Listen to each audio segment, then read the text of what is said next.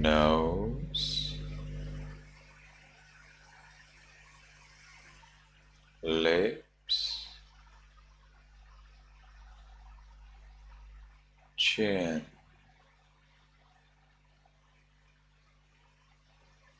cheeks, ears, back of the head, and we allow all of the muscles and flesh throughout the head to be heavy.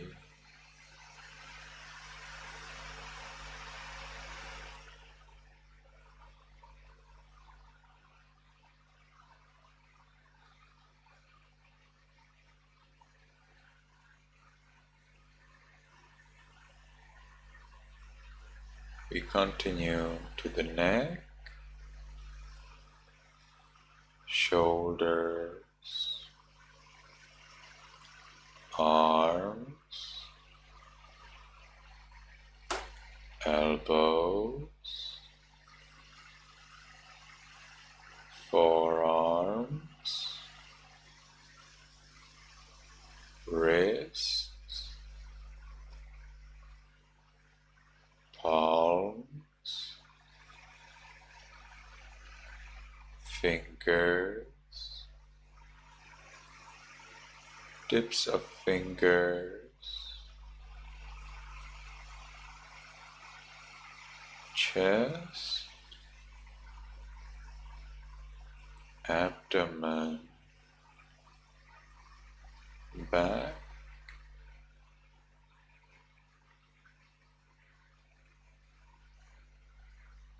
and we allow all of the muscles and flesh throughout the upper part of the body to be heavy.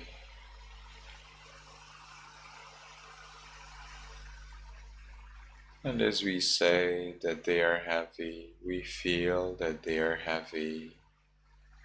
We make them even heavier. This word is very powerful. Heavy, heavy.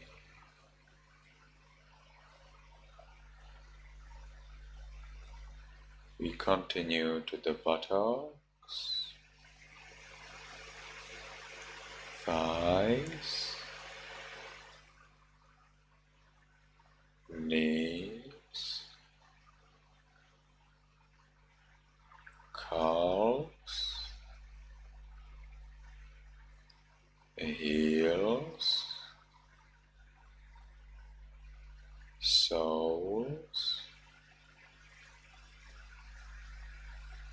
toes, tips of toes, and we allow all of the muscles and flesh throughout the body to be heavy.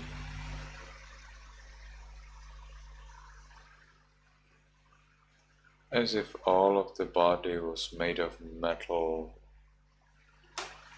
and it is so heavy.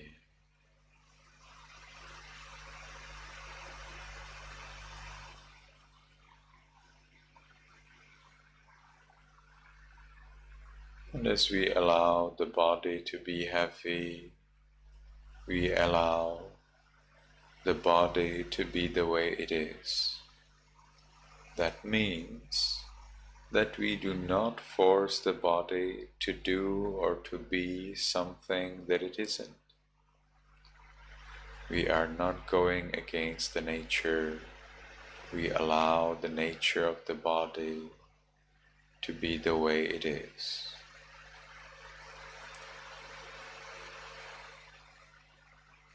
And we can do it by allowing the body to be heavy when we meditate. And as we give the freedom to the body to be the way it is, we ourselves achieve freedom from worry about the body.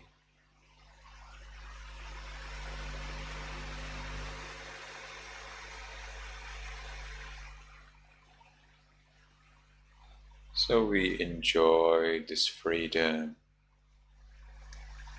we enjoy this peace.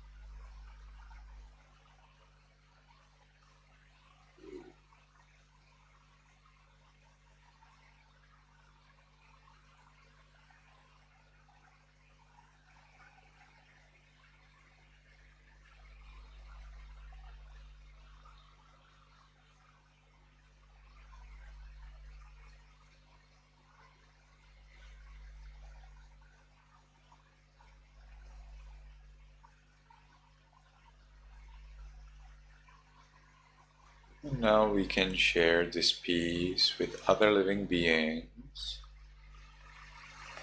Also, we consider the fact that we get food to eat, we get clothes to wear, we have a roof above our head under which we can sleep without worry about rain or strong sun or wild animals coming and eating us. Not everyone is as lucky, so we can wish that all of the beings have all of these nice things that we have. So in our minds, voicelessly, we can wish, we can allow, may all beings in this room be in peace. May all beings in this room be in peace.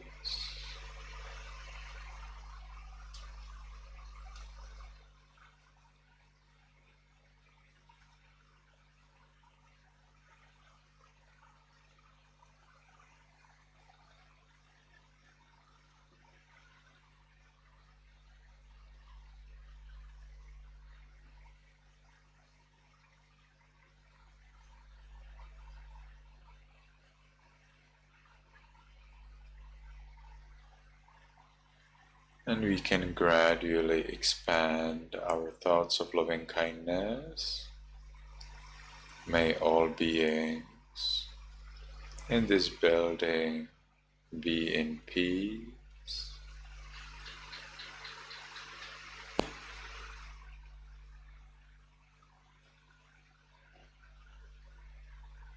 May all beings in this city or village be in peace.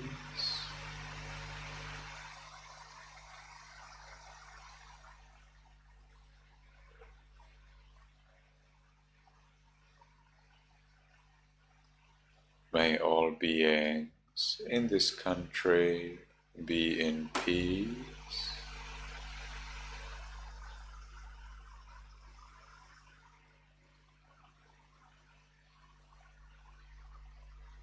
May all beings on this planet be in peace.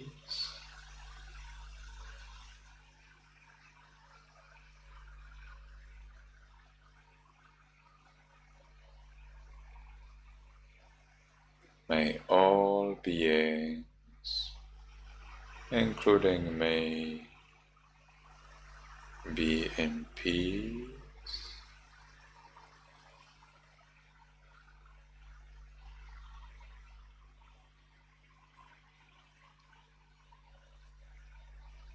And as we recite this one sentence again and again, we observe this mind that recites this one sentence again and again. Is the mind still reciting the sentence? How much is reciting? How much is the mind reciting the sentence? Do I hear the sentence in my mind, loud or quiet? Do I recite the sentence calm or stressful? And am I still allowing all beings and myself to be in peace? May all beings, including me, be in peace.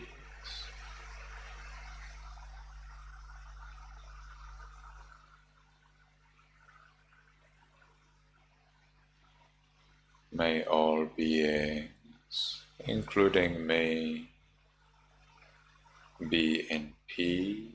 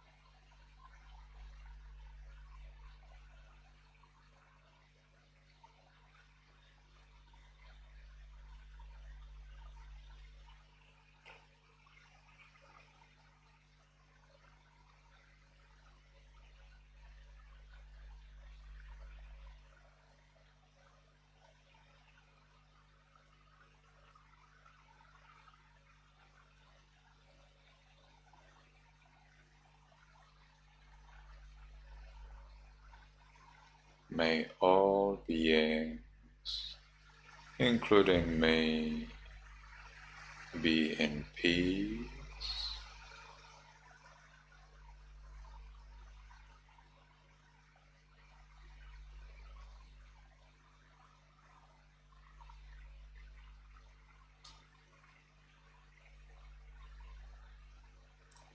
Now, because the time for this sitting is finished, we'll make the last determination in our minds voicelessly.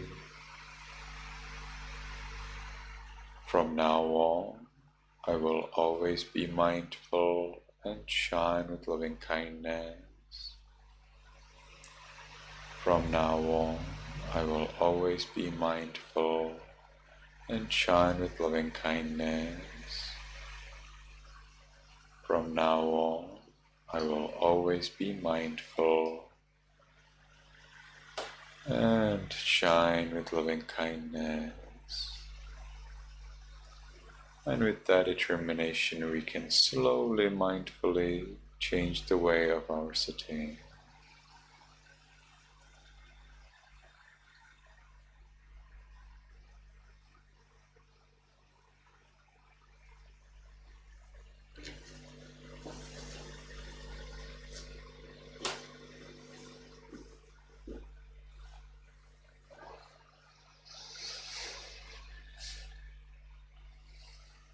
And when we have changed the way of our sitting, let's take 1 minute more during which we do not meditate at all, during which we do not move at all, and we observe the peace that we gained in meditation.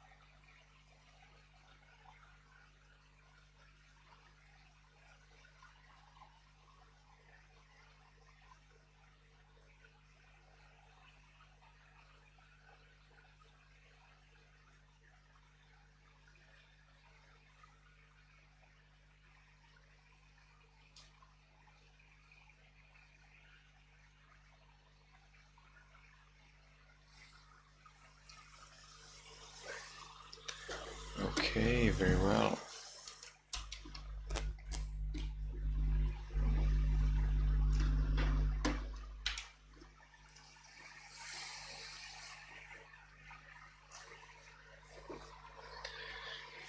So let's move on to our recitation of 3 refuges and 5 precepts.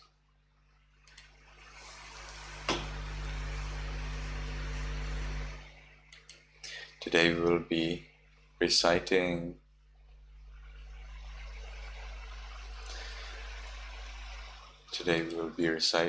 in the Sri Lanka pronunciation.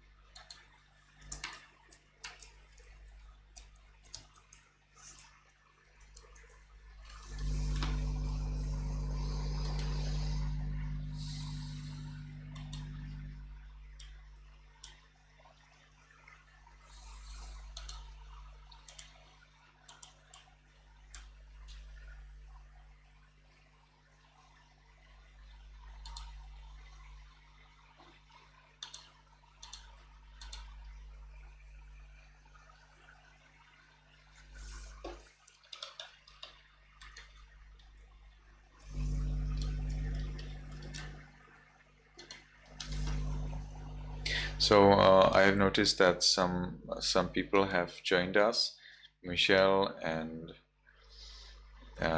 some others.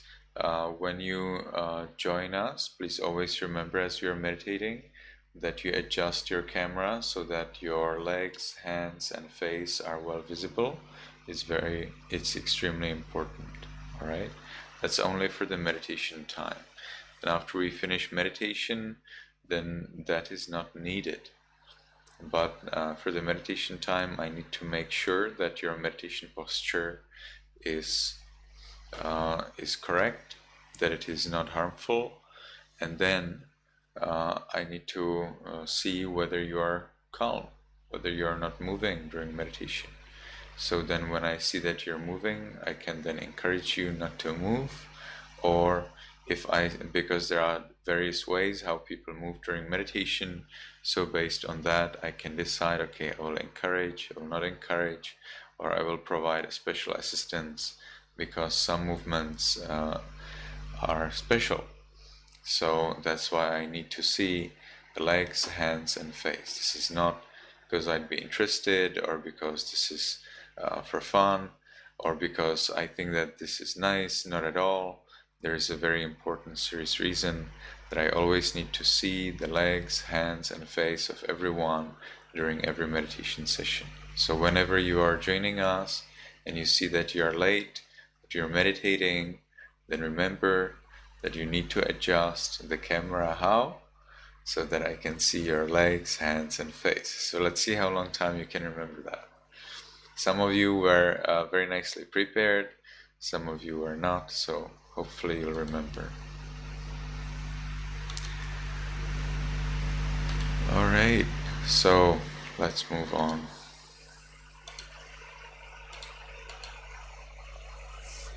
So again, today we will be following the Sri Lanka pronunciation, and so please be careful and repeat after me exactly in the same pronunciation as I'm using.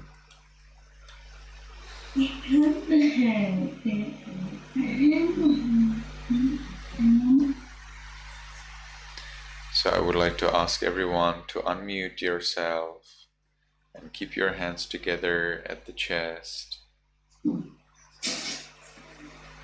So first I will say Yamahang vadami tang vadeta, which means whatever I say, you say. In other words, repeat after me. And you can then reply Amam Bhante, which means yes, Venerable Sir. So let's try that together. Yamahang vadami tang vadeta.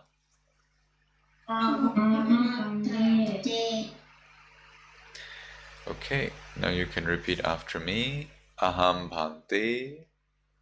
Aham Bhante. Tisaranena.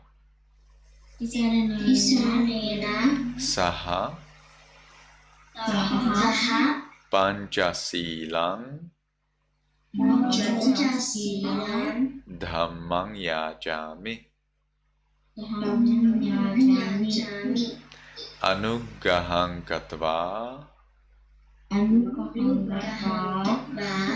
Silang deta me bhante.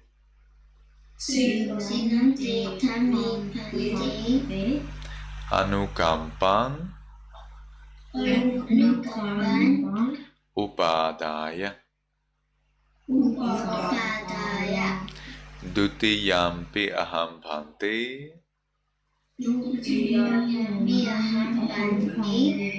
Tisaranena saha. Panchasilang. Dhammang yajami. Anuggahang katva. Silang deta me bhante.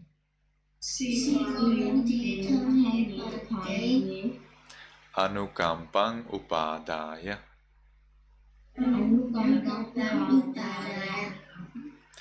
Tatiyampi aham bhante.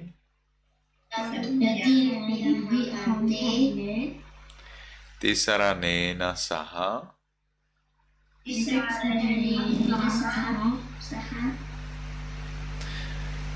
Panchasilang. Dhammang yajami. Anuggahang katva. Silang deta me bhante. Anukampang upadaya.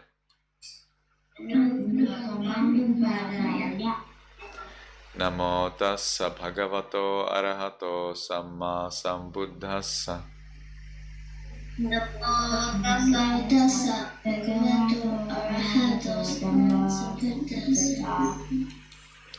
Namo tassa bhagavato arahato samma sambuddhassa.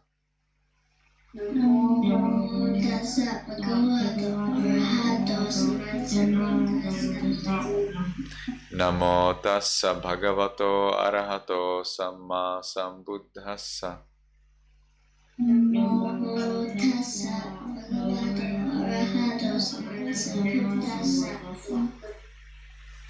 Buddhang saranang gacchami.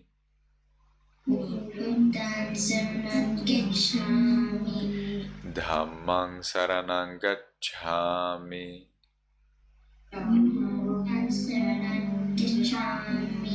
Sanghang saranang gacchami.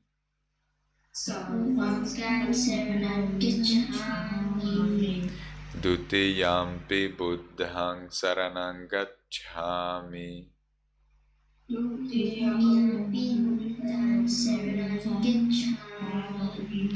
Dutiyampi dhammang saranang gacchami.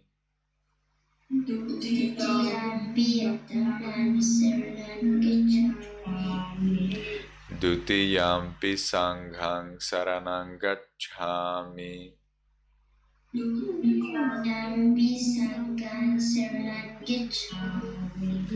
Tatiyampi buddhang saranang gacchami. Tatiyampi Buddham Saranam Gacchami. Tatiyampi dhammang saranang gacchami. Tatiyampi Dhammam Saranam Gacchami. Tatiyampi sanghang saranang gacchami. Tatiyampi Sangham Saranam Gacchami. So now, because you have taken the refuges completely, I will acknowledge, I will agree that indeed going for refuges is complete, and you can then reply, Ama Bhante, yes, Venerable Sir. Sarana Gamanang Paripunnang. Ama Bhante. So now we are moving on towards the 5 precepts. The first precept means I follow the rule of refraining from killing living beings. It means we never kill, we never harm any living beings, be they small or big or whatever they are. So you can repeat after me. Panatipata. Panatipata. Veramani Sikkhapadang. Veramani Sikkhapadang. Samadhiyami. Samadhiyami. Adinadana. Adinadana. Veramani Sikkhapadang Samadhiyami. Veramani Sikkhapadang Samadhiyami. So this rule means I follow the rule of refraining from taking what is not given. In other words, we never steal. And the third that's coming means I follow the rule of refraining from sexual misconduct. That means that when you have a husband or a wife or live together with the one you love, then you do not fall in love with anyone else. So you can repeat after me. Kamesu. Kamesu. Michhachara. Michhachara. Veramani Sikkhapadang Samadhiyami. Veramani Sikkhapadang Samadhiyami.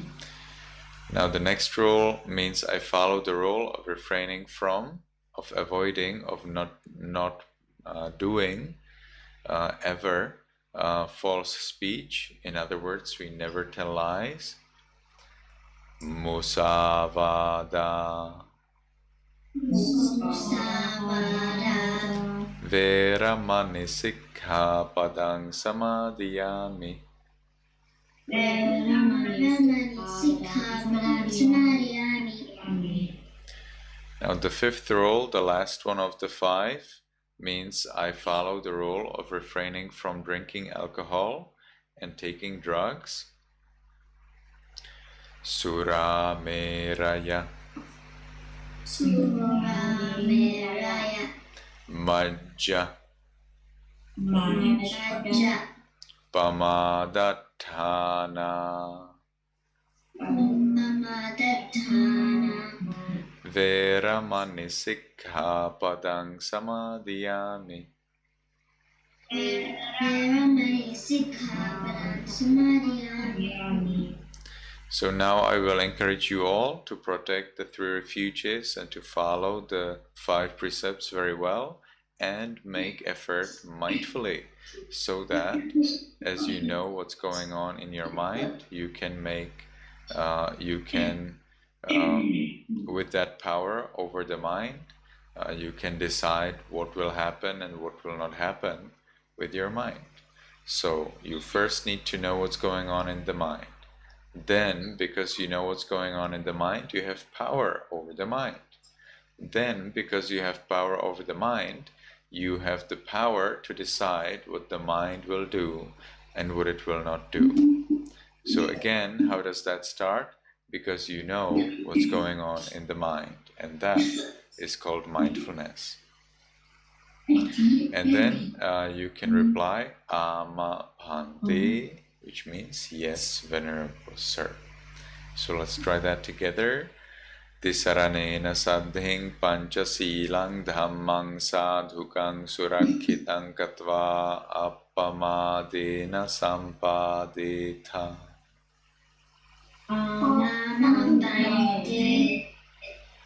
Okay, and now I will wish you to be happy, to be healthy, and to attain Nibbana.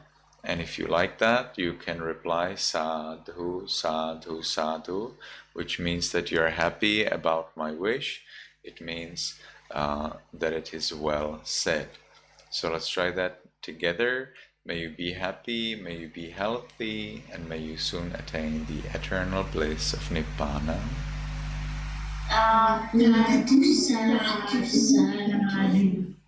Nice, very well. So this is for our meditation and recitation, and we can move on to the story of our prince Siddhattha. So I will ask Yarite, do you remember what we were talking about when we were talking about the Prince Siddhattha, our last class? I can't remember if it was about like a prince or if it was about like how to get a good business or something like that. Get a good business? I'm not aware of that. No, like it was like how to start a successful business or something like that, but I think that was the last time. Certainly not. Maybe that's something that happened in some of your classes, but I'm sure you are not talking about successful business. Yes, Andre?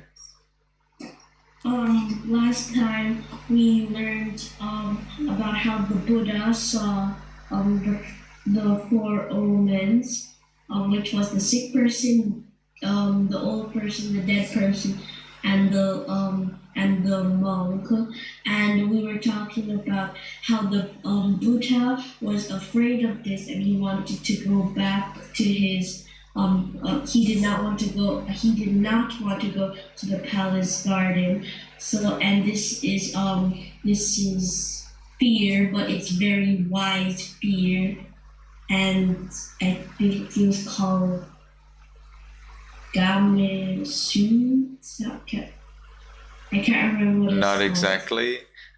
We didn't actually read about the Buddha to be meeting the ascetic, or I'm not aware of that, but I may have mentioned that. Okay, thank you very much. Max, would you remember how is that fear called in the Pali language? I think Denza can mute herself. So Max, can you tell us how is the fear with wisdom called in the Pali language? I forgot.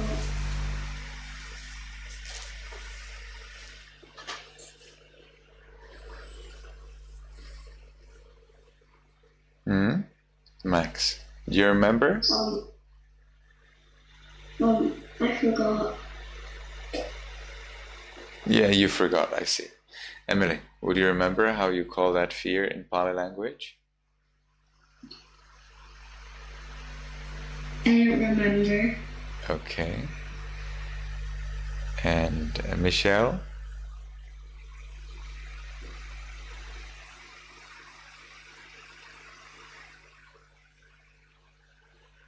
I don't think I remember. You don't remember? Okay, so Tiri, will you tell us?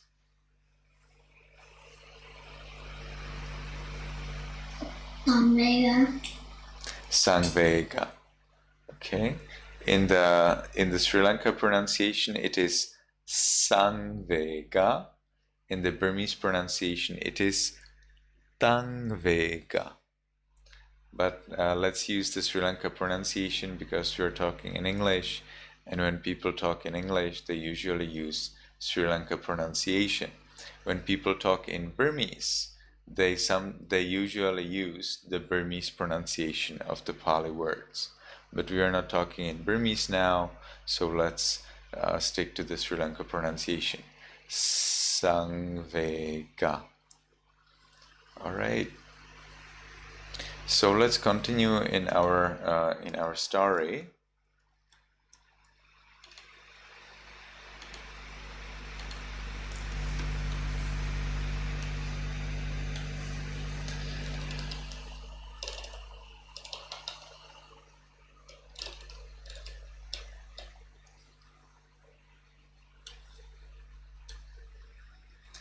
So the king Suddhodana, when he found out that the prince saw all of the three omens, that means illness, old age, and death, he sent for the charioteer and he asked the charioteer what's going on.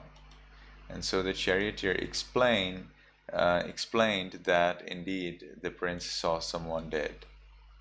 So the king thought that he needs to strengthen the guards to make sure that there are no undesirable things, and so that his son can continue enjoying sensual pleasures. The king also arranged more attendants and more girls so that the prince is happy with the sensual pleasures. What are sensual pleasures? Well, sensual pleasures are pleasant feelings in the eye, ear, nose, tongue, or body. So when you feel something pleasant in your eye, that means you see something nice, then that means you're enjoying a sensual pleasure. If you feel something nice in your ear, such as when you listen to a very nice music, then to a very nice song, then that means you're enjoying sensual pleasure. If you smell something very nice, like if you smell a very nice flower, then that again means you enjoy sensual pleasure. If you taste something nice, for example, you eat something very tasty, then you enjoy a sensual pleasure. If you touch something nice, for example, when you enjoy the touch of a nice fluffy animal, then you're enjoying sensual pleasure on the body. So this way you enjoy sensual pleasures. And the king wants the son, the prince Siddhattha, to enjoy sensual pleasures. Only when you get fed up with sensual pleasures, it will be possible for you to be a successful monk or a nun or an ascetic. Until you enjoy sensual pleasures, there is no way how you can be a successful monk or a nun or an ascetic. What's an ascetic? Well, monk and nun, both of them are ascetics.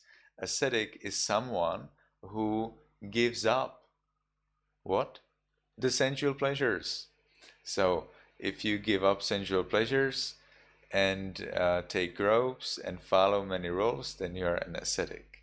If you don't, if you enjoy sensual pleasures, well, then you're not an ascetic. And if a monk or nun enjoys sensual pleasures, well, they still are ascetics, but they need to keep that in very strict rules. And gradually they have to train so that they do not crave, so that they do not desire sensual pleasures, and instead they desire wisdom and freedom from sensual desires. As a human, we always will enjoy sensual pleasures until we die, but we do not have to desire them. Desire and enjoying are two different things. It's like seeing and looking. When you see, you do not make effort. It just happens that you see. When you look, you need to make an effort. You lose energy sometimes when you look. So in the same way, enjoying and desiring is different thing. And an ascetic, a monk or a nun, they do not, or they train in not desiring sensual pleasures. Whereas lay people, that means you, everyone who is not a monk or nun or an ascetic, they actually desire sensual pleasures. They chase after sensual pleasures. They want and expect and wish sensual pleasures. So that's what the king wishes, that his son wants and expects and desires and wishes for sensual pleasures, because only in that case his son can become a king. All right, so the charioteer said, Your Majesty, the royal son came back in a hurry because he has seen somebody dead. The king strengthened the guards, appointed more girls so that they refresh the prince's sensual desires, and we move on. So let's underline the things.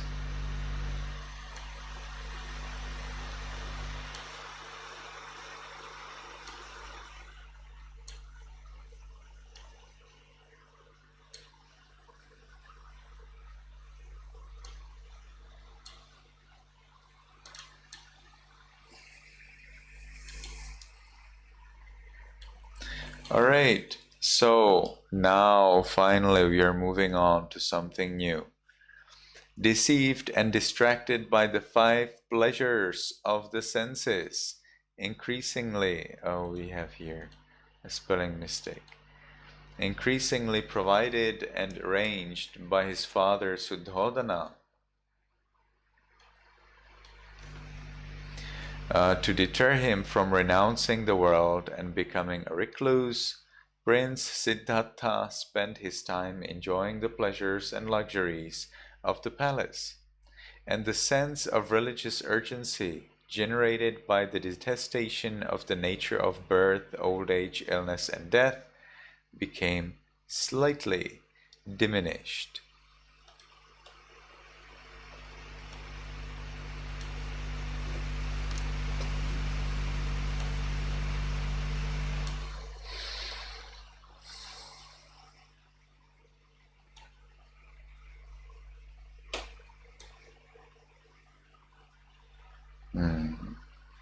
So now you already know how to say religious urgency in Pali language.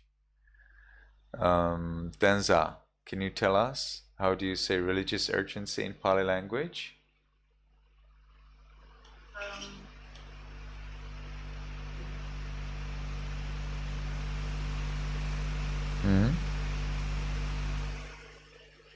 Andre, can you tell us? Samvega. That's right, it is Sangvega. Thank you very much. So when 4 months had passed after living such a life of luxury, the Bodhisattva prince again rode out to the royal garden, now the 4th attempt. Now for the 4th time the prince makes an attempt to get to the royal garden, because in all of those cases, somewhere in the midway, he saw something and then he returned. So he actually didn't get to the royal garden yet. So then on the way, what did he see? He again saw an omen created by the gods. So even that ascetic was actually created by the gods. That's why he could see it, despite all of those guards assigned by the king. Indeed, the guards were able to ward off people, but they were not able to ward off gods. So that's why gods, G-O-D, gods could make it, and the prince could see what he had to see. And then, what's next? So what did the gods actually create for the prince? So they created a man who had embraced the life of a recluse. What does it mean to embrace? Here we are not talking about hugging someone. We are talking here about following. So the man followed. He totally dedicated. He totally gave himself to the life of a recluse, of an ascetic. I've already explained. Ascetic is someone who gives up the sensual pleasures, someone who trains in non-desiring sensual pleasures. Well, why would someone not desire sensual pleasures? Aren't they pleasures? Why wouldn't we want pleasant things? Well, because they are not worth it. Sensual pleasures are impermanent. You enjoy and then they're gone. And then you have to work hard to get some more. And then they're gone. So you have to work hard again, you get some more, and then they're gone. And then you work hard again, you get some, and then they're gone. Many people enjoy that. Why not? Work hard, enjoy. Work hard, enjoy. Work hard, enjoy. But the problem is that these sensual pleasures sometimes do not come even after hard work. If you always had sensual pleasures after hard work, then maybe the Buddha would not teach the way out of sensual pleasures. But because commonly you do not get your sensual pleasures after hard work, there is a problem. What's the problem? It is not fair. Because the world is not fair, the Buddha suggests, get out. If the world were fair, then it would make sense to stay in. But because it is not fair, it doesn't make sense. Suppose you're playing a game. Suppose you're playing a game. You have a beautiful, tasty cake, and with your friend you play a game. Whatever. You play in dice. Do you know what's dice? Dice are these little, what do you call that? What do you call it? Dice. Does everyone know what's dice? Dice are these little cubes, you know, with these little dots on them, and then you throw them on the floor and they will show you some number. So you play in dice in the way that if you throw them on the floor, then you count up the numbers. If you have 2 dice or 3 dice, doesn't matter. And the other person then takes the same dice and he or she also throws them on the floor. And then the one who has bigger number is the winner. Now suppose that you can throw that your friend can throw the dice on the floor. Well, and then you take a different dice, but your dice has always only 1 dot on all of the sides. So whenever you throw your dice, you always get 2. But your friend can get 2 to 12. Is that fair? Would you play that game? You probably would not play that game. But the Buddha explains that we all are now playing that game. Because that's the game of life. Life will always kill you. But you do your best and you wish that maybe you will not be killed. You will always be killed. We all die one day. It's the necessary nature of life that you die. Until you live, you will always die. And the problem is that when you die, you will live again, so that you die again. So it's like a new game. So you're getting in that game. With death, you always return to the game. You die, new game. Die, new game. You always lose, new game. Lose, new game. Lose, new game. Lose, new game. And the Buddha suggests that we do not play this already lost game. The Buddha suggests that this game doesn't make sense, and we just leave that game. Okay, but it's a little more complicated than that. So this is what the ascetics do. The ascetics, they decide that playing this game doesn't make sense, and they want to get out of that game. And we call ascetics also recluses. So the recluse had clean shaven head and beard, and he was wearing a bark-dyed robe. What's a bark-dyed robe? Well, it's a robe that has the color which it received after it was boiled together with bark. So so in the Buddha's time, monks would receive white clothes. They would put it into a big pot with boiling water, and then they would take bark from trees, not the one on the trees, but the one on the floor, the one on the ground. They would collect bark from the trees.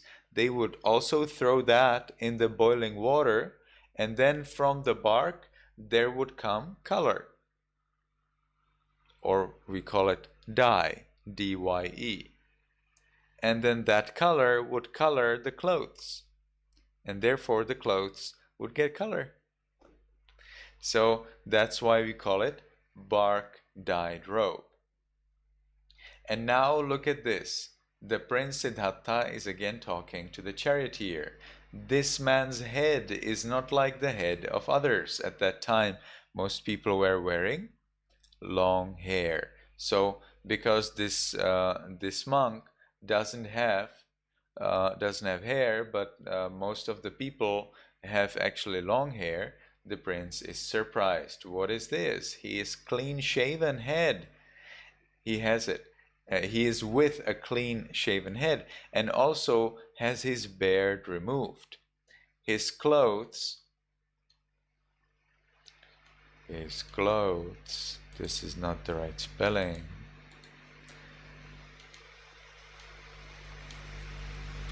His clothes are also not like those of others and are bark dyed. What does it mean? That they are boiled together with bark to get the color which comes out of that bark. By what name is he known? And the charioteer says, Your Majesty, he is known as a recluse. And that's all for today. So it was a pleasure to see you. May you be happy, may you be healthy, and may you be successful in everything you do. Bye, Master. Nice, thank you.